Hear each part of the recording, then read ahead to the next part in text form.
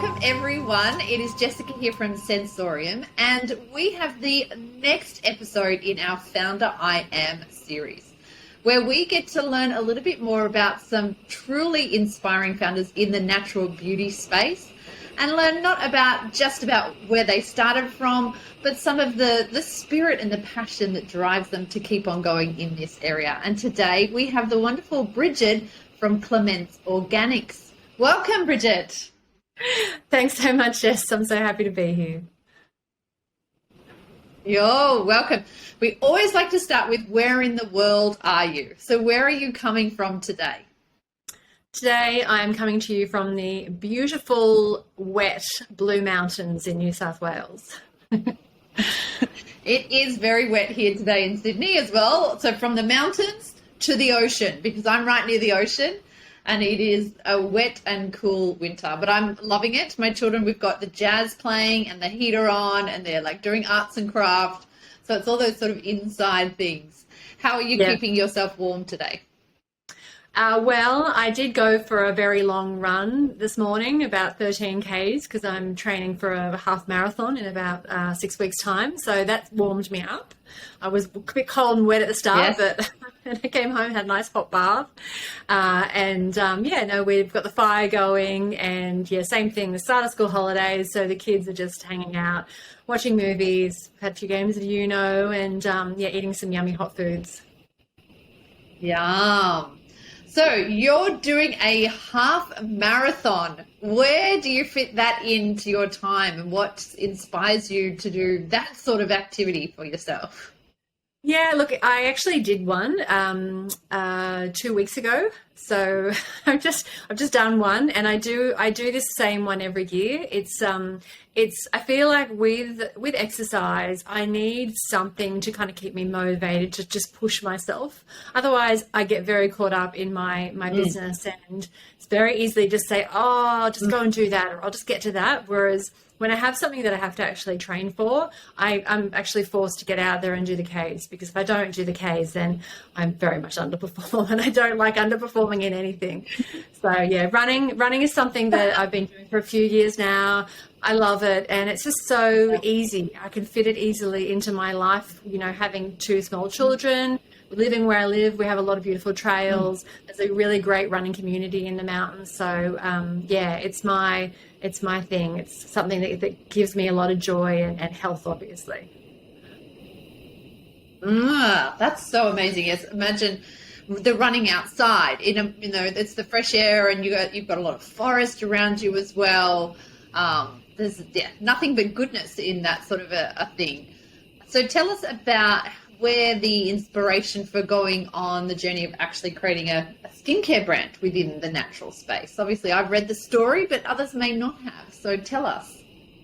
Yeah, no, I'd love to. Skincare is something that I've been interested in since I was a small child. I grew up in the Hunter Valley on a property. My mum was a bit of a hippie. We had gardens full of herbs and flowers, and so when we were sick as kids, we were always treated with natural therapies. So I've always been of that inclination. And I remember when I was young, I'm not sure how old, maybe around 9 or 10, ordering a book. It was called Bodycraft, and it was all about how to hand make your own skincare products from things from your garden and things in your kitchen.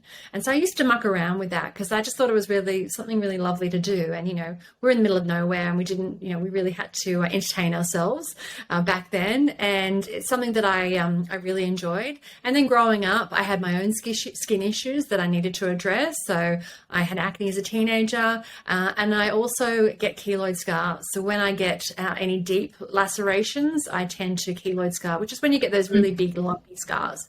And so it's something, my first one that I had, I got in the middle of my chest around the age of 10. And I just remember being so self-conscious of it as a young girl, when I would wear singlets and bikinis and stuff like that. And so it's something that I was always trying to treat and reduce the appearance of, because it was very dark and like a purplish color. Very lumpy, and it was also crazy itchy. And so I used to play around with rosehip blends to try and address it, and to reduce the look of it, and also to stop the itching. And that's something that I always mucked around with. And I did kind of make my own little blend, which we have a version of today in the range. But yeah, I think growing up, through school, I traveled overseas. When I came back from living in London for a few years, I decided that I wanted to study and become a naturopath, because there really was a love and a passion there for all things natural therapies. And so I came back and did the degree. I did it at Southern Cross University in Lismore, and my parents were living in Queensland at the time. And it was in the final year of my degree that my dad was diagnosed with throat cancer. And I remember going along to the appointment with my parents and them giving my dad this tube of cream, which was a paraffin-filled cream, which was, there was nothing natural in it whatsoever, nothing which I could see could be beneficial for radiation dermatitis. And so I promptly threw it in the bin and promised to come back with a much better option when it was time for him to start treatment. So I went back to uni and I did a lot of research, spoke to my professors, and then created a balm for my dad, which he dutifully used during his radiation therapy. And it worked so well. Even the oncology nurses were commenting and saying, what's he using? What have you given him? Because he had very little redness, very little reaction to the radiation at all externally. And for me, it was something, when you have a family member going through cancer, you feel really helpless in some ways. It doesn't feel like there's a lot you can do. And for me, it was just a very simple way that I could help my dad. But it also kind of struck a real chord with me, because I thought, wow, something as simple as as a balm can make a real difference in someone's life. So not only did he not have the redness, but it meant less pain. He didn't get fissures, which often people have, like splits in their skin. So it felt really great that I could do that for my dad. And that kind of stayed with me after I finished my degrey. I worked in research for a while at university, and then I began my own practice. And I started seeing patients who had skin issues. I guess they just seemed to be drawn to me. And because I had the experience of making skincare products, I was very comfortable making things for their specific skin concerns. And originally I had looked at the market and gone, oh yeah, this is for eczema or this is for rosacea, but I'm one of those people that reads the ingredients of absolutely everything, in my household, food, cosmetics, you name it. And so skincare was not escaped from that. And I just wasn't satisfied that what was available in the market for these certain skin issues was the best thing for them. And so I knew from my education and experience that I could make them something better. What I made for them worked really well, and it kind of grew from there. Very quickly, I was making products for local markets and local stores, and it came, I think, when I had my second child, which is just over 8 years ago now. I kind of thought, okay, I can't do all of this. I can't be a naturopath and have a skincare business. It's a bit too much, making everything from hand and all the labeling and packaging and sourcing. And so I made the call to just focus on skincare. And after a wonderful trip to France, where I kind of got a bit of inspiration and realized that what I was making was actually quite good, I came home and a year later I launched Clemence Organics, and that was in 2016 it was launched. Wow. What a journey. There is many, many layers in there that I would love to hear. No, it's great. I would love to hear about in terms of, so obviously doing something entrepreneurial like your own skincare brand is quite different to, I guess, being a naturopath and running a clinic in a way. Has that been a big jump and a lot of learning curve there for you? Yeah, absolutely. I didn't know the first thing about running a skincare brand. So I gave myself a year to kind of do a lot of work, to do some courses, to do a lot of research into how to run a skincare business, what I needed to know and what I needed to have, to make it all work. And it hasn't stopped. I mean, just to get it off the ground was a lot of work. But then, even now, 6 years down the track, I'm still learning. There's still huge learning curves all the time, and that's part of the reason why I love it. It's never a dull moment. And so then within naturopathy and learning that at university, and I guess putting it into practice, working with clients and things, many people wouldn't understand. So it's great to hear from someone who lives and breathes it. The connection between even seeing a naturopath for your health in a way, and the connection between that and your skin, and how the two of them and what we necessarily put on our skin, and then who we might then go and see if we're not feeling well, like a naturopath, how are those two actually connected? Yeah, I mean, it's a massive connection, because, I mean, people would see a naturopath if they have a health issue. And when it comes to the skin is often just, it's just a way of your body showing up, that you do have a health issue. So it's often signs and symptoms of what is going on inside. So even now, when I recommend my skincare products to someone, I will always offer them additional information from a naturopathic perspective. We've got some great skin protocols on our website, which kind of give just a very basic outline of the things that you need to be aware of if you are dealing with eczema. That, it's not always as simple as choosing the right cream. It can be if it's something more of a reaction dermatitis, but more often than not, it's not. It's just it's a reflection of what's going on inside of your body. And your skincare can play a role kind of vice versa. If you're putting the wrong stuff on your skin, it can have an adverse effect on your health, internal health. So it's a really big connection that I think a lot of people don't really understand.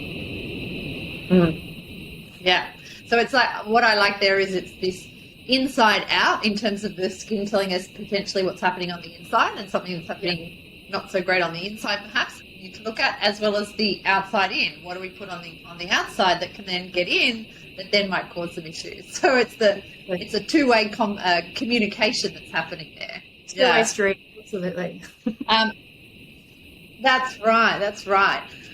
So in terms of then, I guess people who may not understand what the connection between some of the ingredients in normal skincare products and things like that, and their connection to issues like cancer and things like that, what is your understanding of some of those potential connections? Yeah, look, it's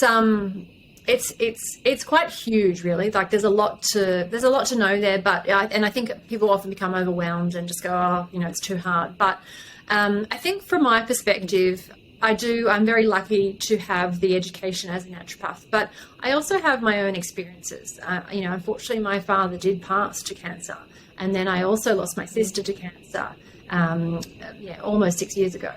And so through that journey in helping them, with their health and dealing with cancer, I became extremely aware of some of the causative factors of cancer and the huge impact that the right diet, the right products that you use in your home, the things that you can be exposed to, and the things that you put on your skin, how much of an effect they can have on things like cancer, how they can potentially, cause a toxic, overload, toxic burden on the body that is too much for your body to bear, but also things that are actually directly linked with cancer. And so it's just, I think for me, the easiest way to explain it to my clients when they come to me and they're like, okay, I'm kind of interested in going in the natural side of things because of this health issue. What can you tell me? And I just sort of always say the best place to start is to look for certified organic. I think for people who get overwhelmed with reading ingredients lists, because it can be very overwhelming, especially if it's all in Latin. The safest bet you can do is look for the certified organic logo, because that just clearly shows to you that product is 100% natural, as organic as it can be, and has been rigorously analysed to ensure that it is as healthy as it can be. And that for me is what Clemence Organics is all about. I'm very much from a health background. I would never put anything on my skin that I didn't feel 100% comfortable with, and I would never do that for any of my clients too. I think for me, I want people to be able to look at my brand and go, oh, Clemence, I can trust that. Like I don't even need to read the ingredient label. Yep. I trust that Bridget would only put the good stuff in there. And so I think, the health side of things, it's really important. Trust is a big thing. We 100% agree with that. It's very similar for us at Sensorium. it's almost like the currency in which we deal with is that sense of trust, and we've done our research and things. And this idea of the toxic load on our bodies, what does that sort of mean? A lot of people may not have heard of it before. How do you tend to explain that?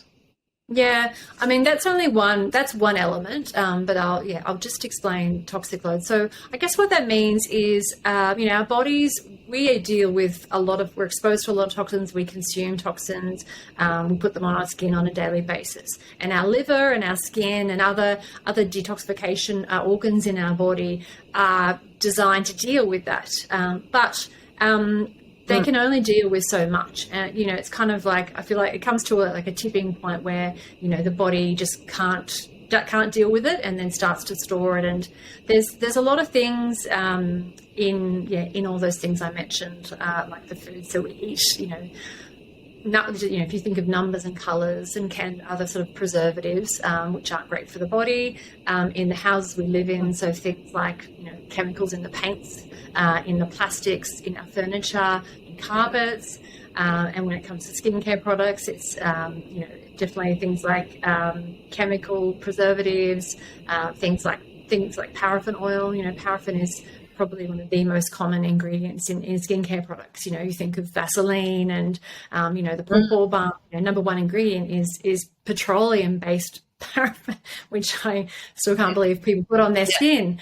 These things aren't good for you and they shouldn't be in your body. And so your body will deal with it to a certain extent, but, at some point, from a naturopath, it might start to cause some health issues, and it might not be cancer. It might be other issues, whether or not it relates to your skin or other organs within your body. But it's just something that people need to be aware of. And if you're looking to lead a healthier lifestyle, then you definitely need to be aware of. Great. So when you went looking for the ingredients to be putting into your skincare that you knew would be safe but also useful, because different ingredients, herbs, plants are good for different things.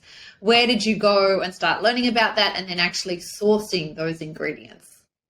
Yeah, well, a lot of it came from my education in my university studies. I did major in phytotherapy, which is plant medicine. And so I did have a lot of experience and understanding already of which plants were beneficial for certain skin issues. And my other major was in nutrition. So I knew well from those two fields of education what was good for different health issues. And I had experience applying that in clinic, not just at university, but then in my own practice. And then also my experience at university in research. So I knew what ingredients to look for, and then in terms of sourcing, because I did have that health focus and trying to be as chemical free as possible, it was always going to be certified organic.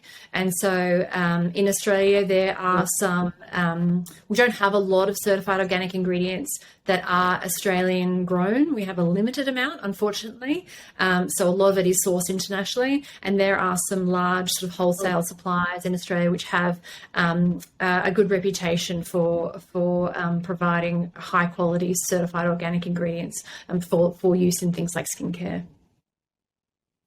And do you enjoy, I guess, being in the lab of sorts and trying out new formulations and putting it together? Do you enjoy that part? I love it. Like, I was a real lab nerd at uni. I took extra units in like lab studies because I love that kind of, I love the science. I love the science of being a naturopath. That's like my favorite thing. I'm a science nerd, and I love getting in the lab and playing around with formulations. It's definitely one of the best parts of my job. And I really, I don't do that as much anymore. When I first, launched the whole range, I did a lot, but now it's kind of only every now and then, just because we already have 15 products in the range and I don't want to get too behemoth. I can't do everything. But so when I do get the opportunity to do it, I do love it. And we just did some bath salts recently of something that I was trying to get ready for Mother's Day, didn't quite get ready in time just because of delays with shipping at the moment. But anyway, we just launched it for winter. And that was something. It's something as simple as, blending bath salts, which it's still really fun and something that anybody can do. But just playing around with the right formulation, it's definitely good fun. And on that note, we do have a new product, which is actually coming out in a few weeks, which we have been mucking around with for quite a few years now. So that's something else very exciting to talk about. Exciting. Definitely. I mean, I love the idea of it. Every now and again I do it myself. It's almost ancient wisdom like, really, to be formulating, to be hands in it, to be turning it around in a bowl of sorts and trying different amounts of all sorts of the smells and everything like that. It is a real tactile experience of it. That brings like us cooking, back to the source, really. Yeah.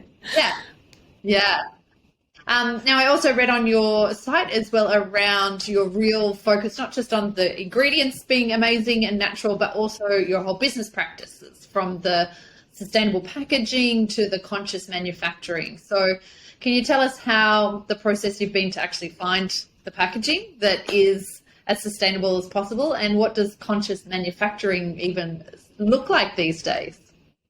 Yeah, look, I think for me, right from the get-go, I was never going to be satisfied with just having certified organic products. They had to be, housed in the best packaging that they could possibly be. And the same with everything else we do in our business. Like, I guess I wanted the brand to be 100% authentic in everything that we present. It's really, I want, when I focus on health, I guess it's not just the health of people, it's the health of the environment too, because that's, it's secular, it sort of nurtures us and it nurtures our health. So it's really important that we looked after the environment when it came to sourcing the right packaging. So I made sure that all of our packaging is 100% recyclable. We try and make as much of it as possible, either home recyclable or compostable. But anything else which is hard to, or nigh on impossible to recycle at home, things like atomizers, we ask our customers to return to us, and then we send them back to TerraCycle, who will recycle them for us. So that was very important. And then in terms of the way that we run our business, our facility is solar powered. We're on tank water. We have a septic system. We have a very low impact. We recycle everything here. I'm the one who's like hauling the soft plastics off to the supermarket every week, because I won't throw anything. We reuse everything we can, and we recycle everything we can, and compost everything we can as well. So I really feel like it's important to that the whole picture is a complete picture of health and doing the right thing, not by people's health but by the environment as well. I actually think there's quite a business for a young entrepreneur, in a way, of coming up and picking up soft plastics from all those who are willing to do it, but then we haul it up or it sits in the back of the car until we're finally going up to the supermarket to then take it. Whereas I'd pay $5 a week for someone to just come past and pick it up, right? And then they're taking it over. So someone will do that. I 100% know someone will do that eventually. So obviously at Sensoriam, we're all about fragrance and perfume and doing that in the 100% natural space. So tell me, what does smell mean to you? Smell is huge. Like, I think it's such a important part of our lives, to have the sense of smell, the things that we smell on a daily basis.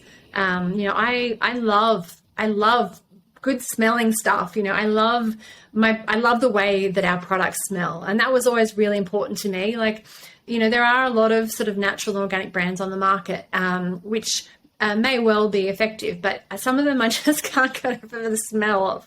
It's got to smell good. I really feel like I want to put something on my skin and go, oh, wow, like that smells amazing, and it makes me feel good. It really has a big effect on your, I feel like, your mental well-being and your mood. And so it was really important that the scents that we incorporated into the range were beautiful scents, but also not too strong. You know, I'm not a lover of really strong scents. It's got to kind of be subtle and natural. So that was really important to me. And in terms of fragrances, you know, I don't use any synthetic perfumes. I'll only use like a natural fragrance or perfume, and that's something that is really important. And I feel like people are definitely veering away from commercial fragrances because of those old days, you know, when you'd walk past someone and it's like, oh, you know, I just got a headache at the smell of you. That's right, yeah. Even when I get in like an Uber or something occasionally and they've got those like scented car things in there and I'm just like, oh God, you know, I can't stand it. It just makes me feel nauseous, just the thought of it. So I think scent is hugely underrated, and I really love that you guys, you know, have such a great range of natural options. For sure. When my kids and I, often when we go past the Lush store, or there's this another aromatic store here in Westfield in Bondi, we all just go, let's hold our breath as we go past as fast as we can, because we don't enjoy the smell of it anymore. A lot of people, as soon as they start to smell natural perfume, a really good quality natural perfume, they can completely smell the difference. They're like, wow, I can really smell the difference now. And then slowly over time, they're like, well, actually, I much prefer the natural and really want to go with that long term, which is great. Yeah, and I think the scary is directly connected. Fragrances. Sorry, I was just going to say, you know, the fragrances are also what's in them is horrifically bad. Like, you know, there's that great book that Kate Grenville wrote? Yeah, Kate Grenville, yeah.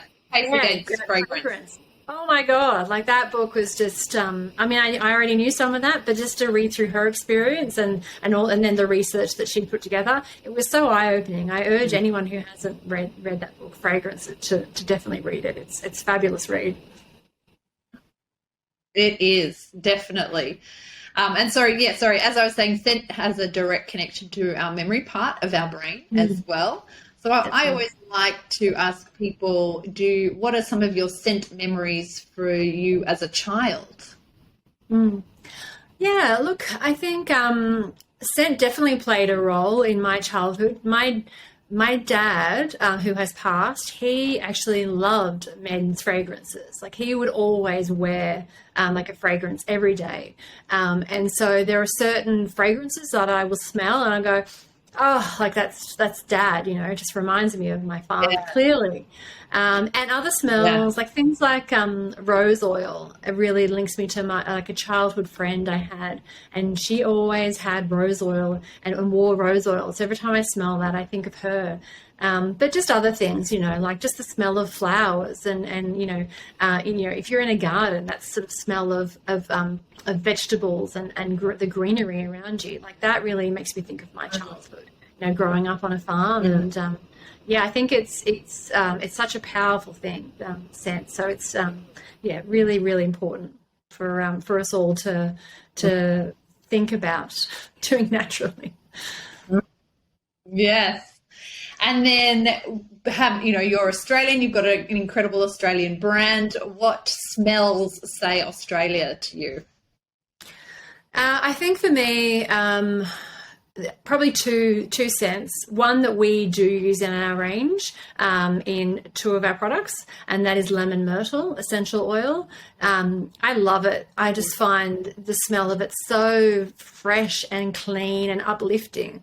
And I mean, from a therapeutic perspective, it's wonderful as well. So that's probably my favorite. And then yesterday I was actually cleaning my keyboard because I noticed it was getting a bit grubby from my moisturize and obviously not cleaning our fingers. And so I got the eucalyptus oil out and I was cleaning it with eucalyptus oil. And one of my employees, she's like, have you got the eucalyptus oil out? And she's like, oh, I love that smell. It's something that is just, it's just such a beautiful Australian scent. And it's just, I think everyone loves it. It's just, I love it. It's one of my favorites. One of my favorites too. It reminds me of going to the tuck shop at primary school and getting the little eucalyptus lollies for 1 cent each, kind of thing. That's that makes me think of it. And I walking still through the buy bush those as lollies well. from time to time. I love those lollies. I love those lollies too. My kids love them now too. It's Yeah. incredible. Now we know that you have taken Clemence overseas now as well. Tell us where are you now overseas, and how is that being received? Yeah, so we launched in the Japanese market in 2019. So that's been a few years now, and it's been amazing to see how it's kind of grown in that time and how much the Japanese are loving the Clemence range. We're in a range of stores there called Cosmic Kitchen, which I don't know if you've been to Japan. They have these little natural sort of health and beauty stores around. I think they have 52 stores around Japan, and they're just really a really great selection of natural and organic products. And we were really lucky to get into that store. And so far, it seems to be working really well for us. And we actually also launched into the Hong Kong and cross-border into China market late last year. And that's really going really well as well. So I'm really excited to see where that goes over the next few years. That's incredible. Congratulations to be taking it over there. So what is the future then, Bridget, for Clemence? Where would you like to see it in 3 to 5 years' time? What's that vision that you're seeing? My vision is always pretty big. I'm kind of like a go big or go home kind of person. So at the moment, we're exploring options in the US market and also into Europe as well. So they're kind of our next two places that we're kind of trying to find the right place to start. We've kind of got a few little options at the moment, so that's in the works. So yeah, I think some more international markets and also just growing our awareness of our brand awareness here in Australia. We have a new product launching in a few weeks, which I think will help with that. It's kind of a first for the Australian market in terms of natural and organic skincare. So very excited about that one. That's great. Now you say we. Who is the we that's part of I know. Clemence now? I say we because it's not I can't do everything, and I don't do everything. I started off doing everything, but I do. I have two wonderful staff who work with me on a daily basis, packing orders and doing all sorts of bits and pieces. I have a wonderful woman who works with me and does our social media. A wonderful guy who does our website and anything sort of web related. Amazing graphic designer. I kind of amazing photographer. It can never just be me. It's definitely a we that makes Clemence what it is. So we're definitely. I feel really proud of the team that I've built over the years, and I feel really lucky to have them on my team. And what about your children? What role do they play? Do they love to come and pack orders as well, or is that like, no, we'll leave that to mum, we don't want anything to do with it? I know one of my daughters loves to pack the orders with me, the other one not so much. So do your children like to get involved? Well, they did say today when I was coming on to do this, they said, make sure you talk about us. So I'm glad you brought them up. And they said, make sure you say we're really good. I'm like, yes, of course. Yeah, no, they're great. I have an 8-year-old son and a 10-year-old daughter. And I think they used to want to be involved a bit more, but I think that maybe the older they get, they've got their own friends and they've got their own stuff on. But my daughter has been saving up for something lately, and so she's been coming over and boxing products to try and earn a few extra.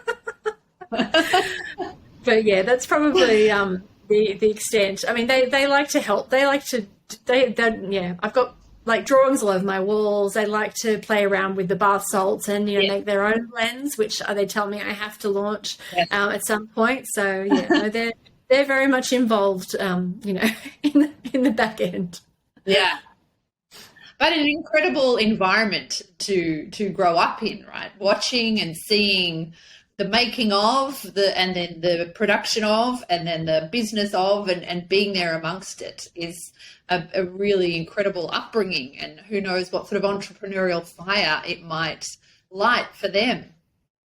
Yeah, I think so too. Like, I think, I grew up when I grew up in the Hunter Valley, my dad was a musician. And so he was in Sydney a lot for his work. My mum was at home with us. I can't say just being a house mum, like she did everything, to keep the farm running, to keep everything happening. And we lived in a very basic setup, a very old house, and outdoor toilet and what have you. And so I feel like it's very different for my kids to watch my husband and I work, because we both run our own business. We are both equally hardworking, and so everything is kind of as equally split as it possibly can be. So they see I guess two quite strong role models of people who are kind of are entrepreneurial, and I think I feel like we're setting them a good example, I hope. Oh, for sure, yes. I grew up, my parents didn't run their own business until I was in high school, but it was definitely then that was my environment that helped for me to see that it's possible. When you have an idea, you can turn it into a reality. Yes, it takes hard work. Yes, it's the dedication and passion needs to be there, but it's completely possible to take that idea and turn it into reality. Yeah, I think my dad did definitely inspire that in me. I mean, he was a creative. He used to write and sing and record music for commercials. So he wrote Aussie Kids Are Weet-Bix Kids, and some very other well-known Australian jingles. And to watch his creative process and him bring start from nothing, just a few little on the piano, like just a few little taps here and there, to then produce something that then would end up being a commercial on TV. I found that really inspiring. I felt it was great to see something created from nothing, and I think that was really a great inspiration for me as a child. So Clemence is your artwork in this lifetime. It is my artwork. Yeah, it like sounds that. like my father and yours were very, very similar. So my father was a creative. He's actually still here at the moment. So he was a musician throughout his lifetime as well, but then worked as a creative director in advertising agencies for most of his career. Wow. He has just turned 70, but he's lived with Parkinson's for the last 20 years, and it's catching up with him. And also has done 2 lots of cancer. And the latest one, he was only given 3 to 12 months left of to live, but was also given the opportunity to do immunotherapy, which hadn't been done before with somebody who had Parkinson's and was on Parkinson's medication. So it was an unknown, but he rolled the dice and it has given him more time. So he is still here, and it looks like he, still has a few more years. And so this year I'm helping to produce his very first abstract art exhibition, because in these last few years he's producing incredible abstract art. And so I'm going to put that on as a big event for him this year. Wow, that sounds so very special. I mean, what an amazing life. That's so exciting, and such a wonderful thing for you to do with your father. Yeah, definitely it is. Yeah. So it has been such a pleasure to hear about the journey that has got you to where you are now, the artwork that has already been created and that is yet to be created in the next chapter, Bridget. Thank you so much for sharing yourself and your journey and your passion with us today. Thanks so much for having me, Jess. I really enjoyed talking with you today.